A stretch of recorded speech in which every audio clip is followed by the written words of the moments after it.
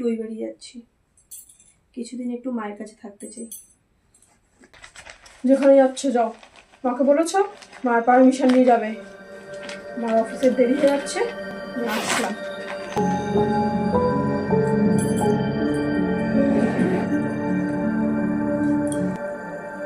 নে বাবা, খেয়ে নে।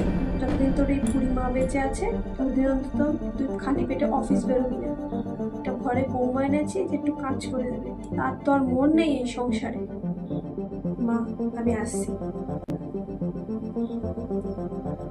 দেখেছিস তো বাবা, এখনকার মেয়েদের আর সংসারে মন বসে না, খালি সংসার ছেড়ে পালাতেই জানে। আমি সংসারের দায়িত্ব ছেড়ে পালাচ্ছি না, আমি শুধু আমার নিজের পরিচয়টুকু করতে যাচ্ছি।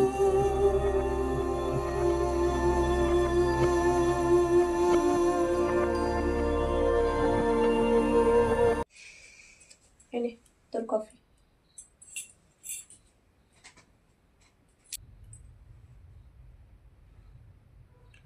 ভয় পাস না রে মিতুল, নিজের পায়ে দাঁড়ানো মানে সংসার ছেড়ে পালানো নয়। আমি ভয় পাচ্ছি না রে, আমি শুধু এইটুকু প্রমাণ করতে চাই ঘরের বউ মানে বন্দি নয়। তাদেরও কিছু স্বপ্ন থাকে, কিছু ইচ্ছা থাকে, তারাও আকাশে ডানা মেলে উঠতে চায়।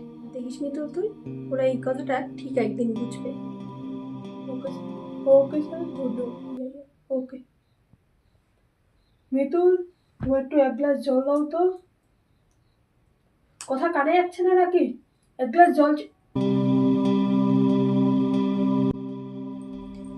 মা, এক গ্লাস জল দাও তোমাকে।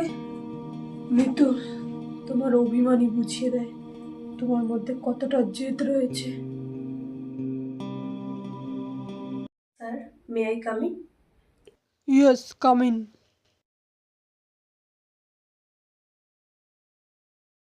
What is your name? My name is Mitul Sen. Mitul, তুমি তো হাউস ওয়াইফ, তো তোমার সংসারের দায়িত্ব সামলে বাইরে অফিস জব করতে ফিউচারে কোনো প্রবলেম হবে না তো? স্যার, আমি ঘরের বউ হতে পারি ঠিকই, কিন্তু তার আগে আমি একটা মেয়ে, তো আমারও কিছু স্বপ্ন আছে। আমিও নিজের একটা পরিচয় গড়ে তুলতে চাই।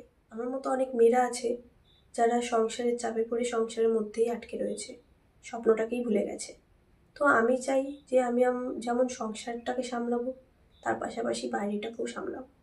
আমারও একটা পরিচয় হবে, কারোর ঘরের বউয়ের পরিচয় কিংবা কারোর ঘরের বৌমার পরিচয় বা কারোর স্ত্রীর পরিচয় বাঁচতে চাই না। আমি নিজের একটা পরিচয়